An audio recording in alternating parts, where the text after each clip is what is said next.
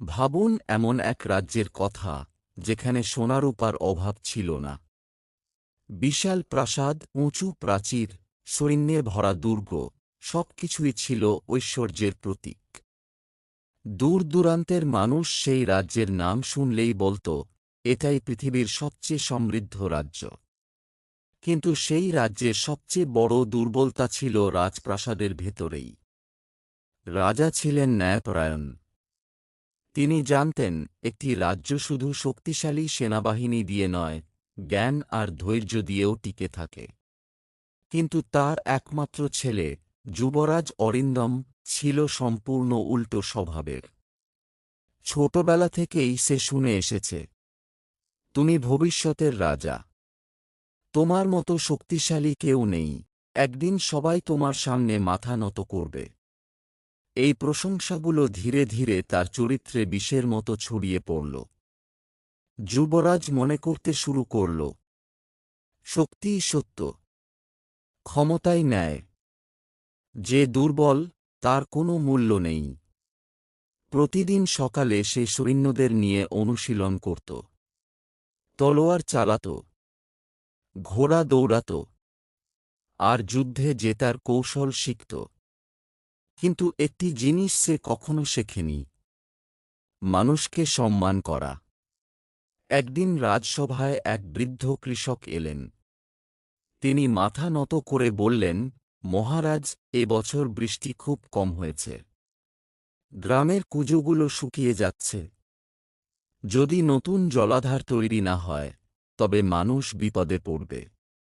রাজা মনোযোগ দিয়ে কথা শুনছিলেন, কিন্তু যুবরাজ হঠাৎ উচ্চস্বরে হেসে উঠল। একটা কুয়োর জন্য এত কান্নাকাটি? দুর্বল মানুষ সব সময় অভিযোগ করে, শক্ত মানুষ নিজের পথ নিজেই খুঁজে নেয়। রাজসভা নিস্তব্ধ হয়ে গেল।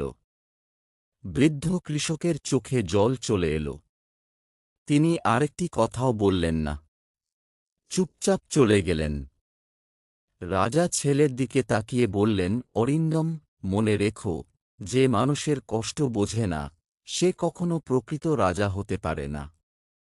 কিন্তু যুবরাজের মুখে তখনও আত্মবিশ্বাসের হাসি। পিতা, রাজা হওয়ার জন্য দয়া নয়, শক্তি দরকার। রাজা দীর্ঘশ্বাস ফেললেন।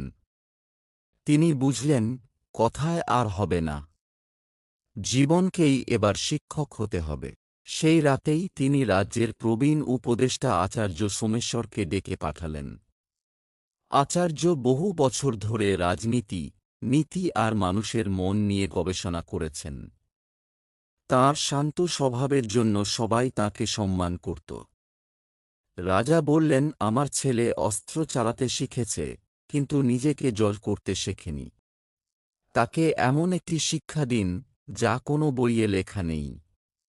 আচার্য কিছুক্ষণ নীরব রইলেন।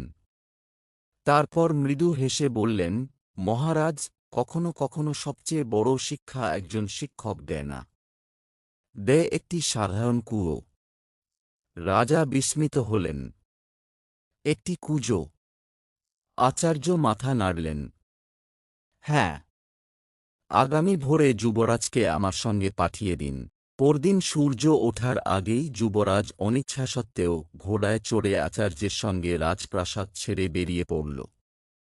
দুজন এগিয়ে চলল পাহাড়, বন আর ধুলোমাখা পথ পেরিয়ে। কয়েক ঘণ্টা পর তারা পৌঁছাল একজন শূন্য গ্রামে। সেখানে দাঁড়িয়ে আছে একটি পুরনো, গভীর, সম্পূর্ণ নীরব কুজো। কিন্তু আশ্চর্যের বিষয়, গ্রামের সবাই প্রতিদিন সেই কুজোর সামনে এসে মাথা নত করে। যুবরাজ অবাক হয়ে বলল, একটা শুকিয়ে যাওয়া কুজোকে মানুষ এত সম্মান করে কেন? আচার্য শুধু মুচকি হেসে বললেন, এই প্রশ্নের উত্তরই তোমার জীবনের সবচেয়ে বড় শিক্ষা হবে। কিন্তু যুবরাজ তখনও বুঝতে পারেনি, এই নীরব কুজোই তার অহংকারকে ভেঙে গুঁড়িয়ে দিতে চলেছে। যুবরাজ কুজোর কিনারায় গিয়ে নিচে তাকাল। গভীর অন্ধকার, কিন্তু সেখানে এক ফোঁটা জলও নেই। সে হেসে বলল, গুরুদেব, এই কুজো তো সম্পূর্ণ শুকিয়ে গেছে। মানুষ এটাকে সম্মান করছে কেন? এতে তো কোনো উপকারই নেই। আচার্য শান্ত কণ্ঠে বললেন, অরিন্দম, সবকিছুর মূল্য তার বর্তমান অবস্থায় নয়, তার অতীত আর অবদানে লুকিয়ে থাকে। যুবরাজ কথাটাকে গুরুত্ব দিল না। ঠিক তখনই একটি বৃদ্ধা লাঠি ভর দিয়ে কুজোর কাছে এলেন। তিনি কুজোর পাড়ে একটি ছোট ফুল রেখে চোখ বন্ধ করে প্রার্থনা করলেন। যুবরাজ অবাক হয়ে জিজ্ঞেস করল, মা, একটি শুকনো কুজোর সামনে ফুল রাখছেন কেনি? বৃদ্ধা ধীরে ধীরে বললেন, যখন এই গ্রামে ভয়াবহ খরা হয়েছিল, তখন এই কুজোই আমাদের বাঁচিয়েছিল। আমরা আজ বেঁচে আছি, কারণ একদিন এই কুজো আমাদের জল দিয়েছিল। এই প্রথম যুবরাজ কিছুক্ষণ চুপ করে রইল। কিন্তু তার অহংকার এখনও ভাঙেনি।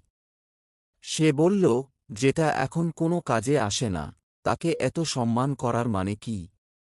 আচার্য কোনো উত্তর দিলেন না। বরং বললেন, আজ সারাদিন তুমি এই কুজোর পাশেই থাকবে। কাউকে নিজের পরিচয় দেবে না। শুধু দেখবে আর শিখবে। দিন বাড়তে লাগল। একজন পথিক এল। সে কুজোর পাশে বসে বিশ্রাম নিল। তারপর মাথা নত করে চলে গেল। একজন রাখাল এল। সেও একই কাজ করল। একদল শিশু খেলতে খেলতে এল। তারাও কুজোর চারপাশ পরিষ্কার করে তারপর বাড়ি ফিরে গেল। যুবরাজ বিরক্ত হয়ে বলল, এরা সবাই কি পাগল? আচার্য শুধু বললেন, দেখে যাও। বিকেলের দিকে হঠাৎ আকাশ কালো মেঘে ঢেকে গেল। প্রচণ্ড ঝড় শুরু হল। ধুলোর ঝাপটায় চারদিক অন্ধকার হয়ে গেল। ঠিক সেই সময় একজন ছোট্ট ছেলে দৌড়াতে দৌড়াতে এসে কুজোর পাশে পড়ে গেল। যুবরাজ প্রথমে দাঁড়িয়ে রইল। কিন্তু আচার্য এক মুহূর্ত দেরি না করে ছেলেটিকে তুলে নিরাপদ জায়গায় নিয়ে গেলেন। ছেলেটি ভয়ে কাঁপছিল। আচার্য তার মাথায় হাত রেখে বললেন, ভয় পেও না, তুমি এখন নিরাপদ। ঝড় থেমে গেলে ছেলেটির বাবা মা এসে কাঁদতে কাঁদতে আচার্যের পায়ে পড়লেন। তারা বললেন, আপনি না থাকলে আজ আমরা আমাদের সন্তানকে হারাতাম। আচার্য মৃদু হেসে উত্তর দিলেন, মানুষের জীবনই সবচেয়ে বড় সম্পদ। যুবরাজ সবকিছু নীরবে দেখছিল। তার মনে প্রথমবারের মতো একটি প্রশ্ন জাগল, আমি কি কখনো কারো জন্য এমন কিছু করেছি? সন্ধ্যা নেমে এল। আচার্য যুবরাজকে নিয়ে আবার সেই শুকনো কুজোর সামনে দাঁড়ালেন। তিনি বললেন, অরিন্দম, বলো তো, আজ তুমি কি দেখলে? যুবরাজ কিছুক্ষণ চুপ থেকে বলল, আমি দেখলাম, মানুষ শুধু জলকে নয়, উপকারকেও সম্মান করে। আচার্য মাথা নাড়লেন, ঠিক তাই। যে নিজের শক্তি শুধু নিজের জন্য ব্যবহার করে, তাকে মানুষ ভয় পায়। কিন্তু যে নিজের শক্তি দিয়ে অন্যকে রক্ষা করে, তাকে মানুষ মৃত্যুর পরও মনে রাখে। যুবরাজ কোনো উত্তর দিল না। কিন্তু তার চোখের সেই আগের অহংকার আর দেখা যাচ্ছিল না। সে বুঝতে শুরু করেছে, তবুও তার ভেতরের পরিবর্তন এখনও সম্পূর্ণ হয়নি। কারণ আচার্য তার জন্য আরও কঠিন একটি পরীক্ষা প্রস্তুত করে রেখেছেন। সেই পরীক্ষায় প্রমাণ হবে, যুবরাজের হৃদয় কি সত্যিই বদলাতে শুরু করেছে নাকি তার অহংকার এখনও জীবিত।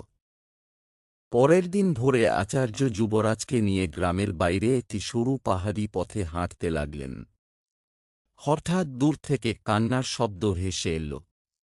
দুজন দ্রুত এগিয়ে গেলেন। দেখলেন একটি গরুর গাড়ি কাদার মধ্যে আটকে গেছে। গাড়িতে ছিল একজন অসুস্থ বৃদ্ধ, তার মেয়ে এবং কিছু ওষুধ।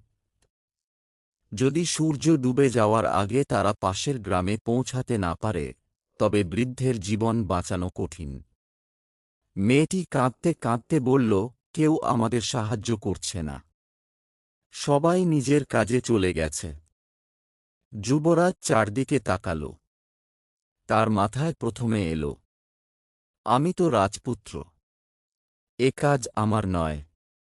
কিন্তু সঙ্গে সঙ্গে তার চোখে ভেসে উঠল সেই শুকিয়ে যাওয়া কুজো, সেই বৃদ্ধা, আর আচার্যের কথা, যে অন্যের উপকার করে মানুষ তাকেই মনে রাখে।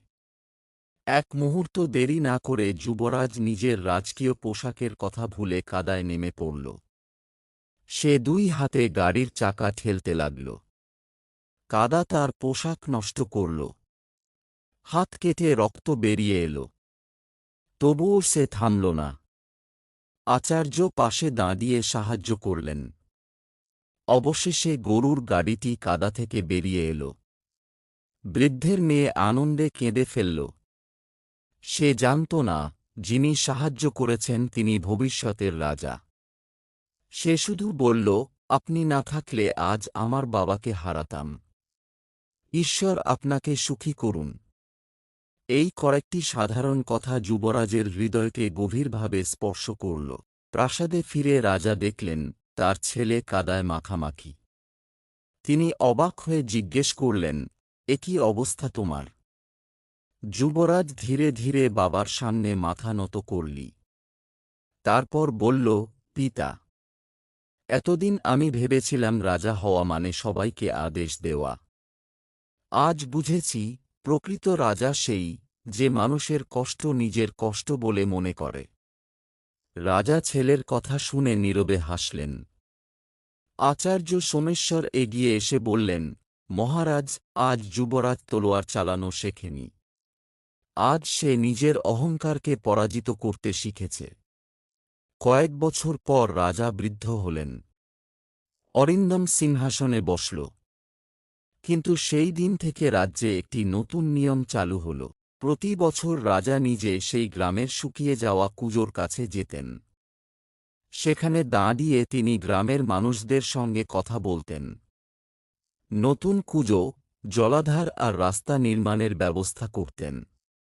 লোকেরা বলত, এই রাজা শুধু রাজপ্রাসাদে থাকেন না, তিনি মানুষের হৃদয়ে থাকেন। আর সেই পুরনো, নীরব কুজো আজও সেটি গ্রামের মাঝখানে দাঁড়িয়ে আছে। তার ভেতরে জল নেই, কিন্তু তার নীরবতা আজও একটি সত্যের কথা বলে। অহংকার মানুষকে একা করে, বিনয় মানুষকে অমর করে। চাণক্যের নীতির মূল শিক্ষা হল, শক্তি মানুষকে ভয় দেখাতে পারে, কিন্তু চরিত্র আর বিনয়ী মানুষের হৃদয় জয় করে। এই গল্প যদি আপনার ভালো লেগে থাকে, তাহলে ভিডিওটি লাইক করুন, আপনার মতামত কমেন্টে জানান এবং এমন আরও নীতি গল্প শুনতে চ্যানেলটি সাবস্ক্রাইব করতে ভুলবেন না। আবার দেখা হবে নতুন একটি গল্প নিয়ে। ধন্যবাদ।